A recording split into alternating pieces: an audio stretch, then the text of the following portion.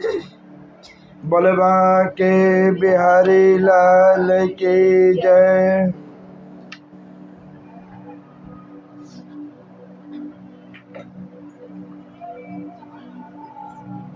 नारद जी कहने लगे कि हे ब्राह्मण, कार्तिक मास का कोई अन्य सुंदर व्रत कहिए।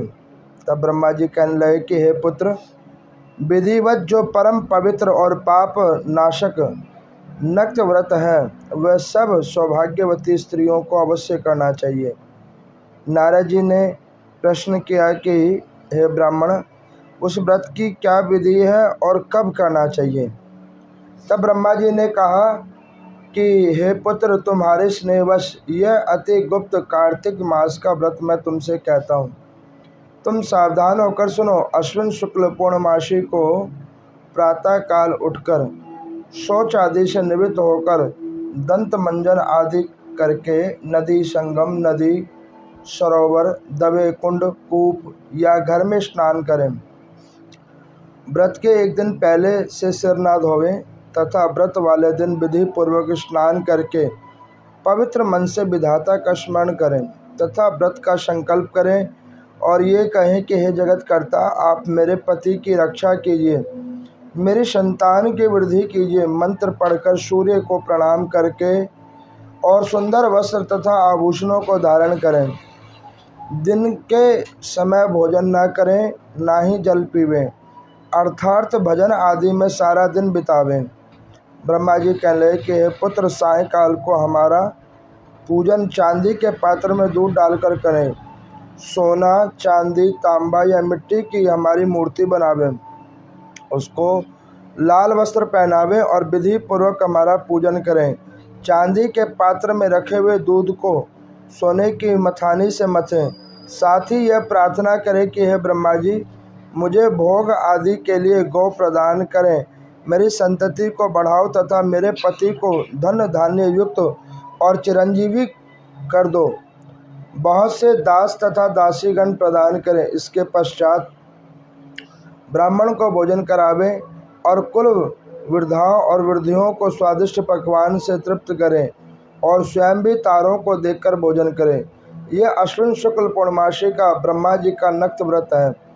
यह व्रत सब प्रकार के पापों को नाश करने वाला है, समस्त कामनाओं को पूर्ण करने वाला तथा ज्ञानी पुरुषों को मुक्ति देने वाला है।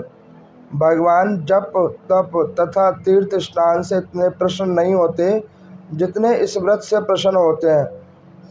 जो ब्रह्मा जी के आगे इस दिन कपूर जलाता है उसे बड़े बड़े वृक्षों तथा गोदान का फल मिलता है तथा उसके कई एक कुल बैकुंठ को प्राप्त होते हैं। जो केसर तथा कस्तूरी सहित कपूर अर्पण करता है उसके कई वंश ब्रह्मलोक को प्राप्त होते हैं। जो इस दिन स्त्री वस्त्र दान करती है वह कपड़े के सूत्र के तारों की संख्या के बराबर करोड़ों वर्ष तक वैकुंठ वास करती है। जो गहने दान करती है उसको ब्रह्मलोक की प्राप्ति होती है।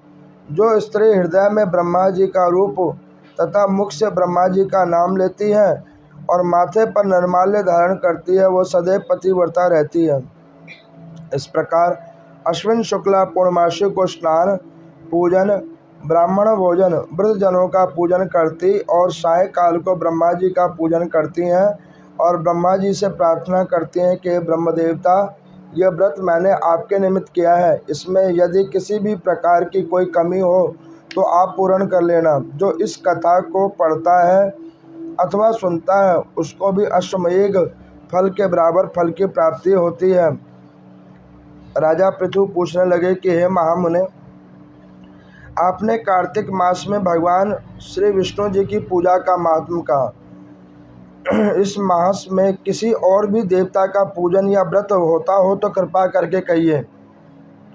नारद जी कहने लगे कि अश्विन शुक्ल पूर्णमासी को ब्रह्मा जी का व्रत होता है, कार्तिक कृष्ण चतुर्थी को गणेश जी का, अष्टमी व अमावस को श्री लक्ष्मी जी का।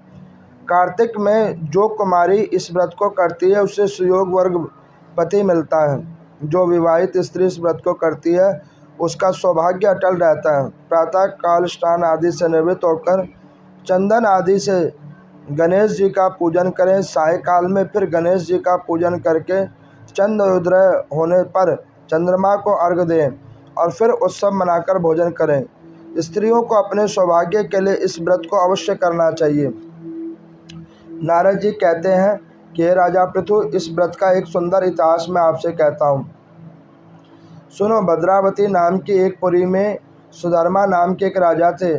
उसके रविदत्त, सुशर्मा, जय शर्मा और शोभन नाम वाले 4 पुत्र थे और एक बेटी थी जिसका नाम वीरमती था।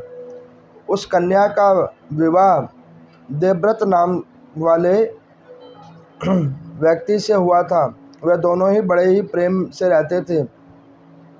एक दिन अचानक घर में बैठे हुए देवव्रत को सांप ने काट लिया, जिससे उसकी मृत्यु हो गई।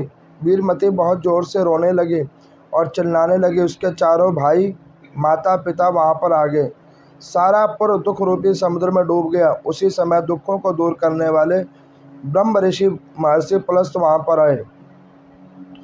राजा ने हाथ जोड़कर कहा कि हे महात्मन, मैंने ऐसा कौन सा पाप कर्म किया जिसकी वजह से मेरी कन्या विधवा हो गई। तब महर्षि पुलस्त ने कहा कि राजन, कार्तिक मास में तुम्हारी कन्या ने गणेश चतुर्थी का व्रत, जिसे करवा चौथ कहते हैं, वो उसने नहीं किया था। इसी पाप से वो विधवा हुई है। फिर पुलस्त जी कहने लगे कि एक समय ब्रह्मा, विष्णु, महेश, इंद्रादिक सब देवताओं दैत्यों के नाश करने का उपाय सोचने के लिए एकत्रित हुए। उस समय ब्रह्मा जी ने कहा कि गणेश चतुर्थी का व्रत सब दैत्यों का विनाश करने वाला है। तब समस्त देवताओं ने कार्तिक कृष्ण चतुर्थी का व्रत किया और दैत्यों पर विजय प्राप्त उन्होंने किया। सब देवताओं ने गणेश जी से कहा, वर मांगा। तब गणेश जी ने कहा कि जो स्त्री कार्तिक कृष्ण चतुर्थी का व्रत करेगी उसका पति चिरंजीवी होगा और जो ना करे वो स्त्री विधवा हो जावे। अतः इस व्रत को अश्वमेव सब स्त्रियों को करना चाहिए। महर्षि पुलस्त कहने लगे कि हे राजन, तुम्हारी कन्या ने इस व्रत को नहीं किया, इसी के कारण वह विधवा हुई है। यदि वह अब भी इस व्रत को करे तो उसका पति जीवित हो सकता है। यह कहकर ऋषि तो चले गए। राजा ने अपने जामाता के मृतक शरीर को तेल में डलवाया। जब कार्तिक मास आया तो कन्या ने विधिवत व्रत करके उद्यापन में ब्राह्मणों को बहुत सा धन दिया, जिसके प्रभाव से उसका मृतक पति भी फिर से जीवित हो गया। अतः सौभाग्यवती स्त्रियों को अपने सौभाग्य की रक्षा तथा संतान प्राप्ति के लिए यह व्रत अवश्य करना चाहिए।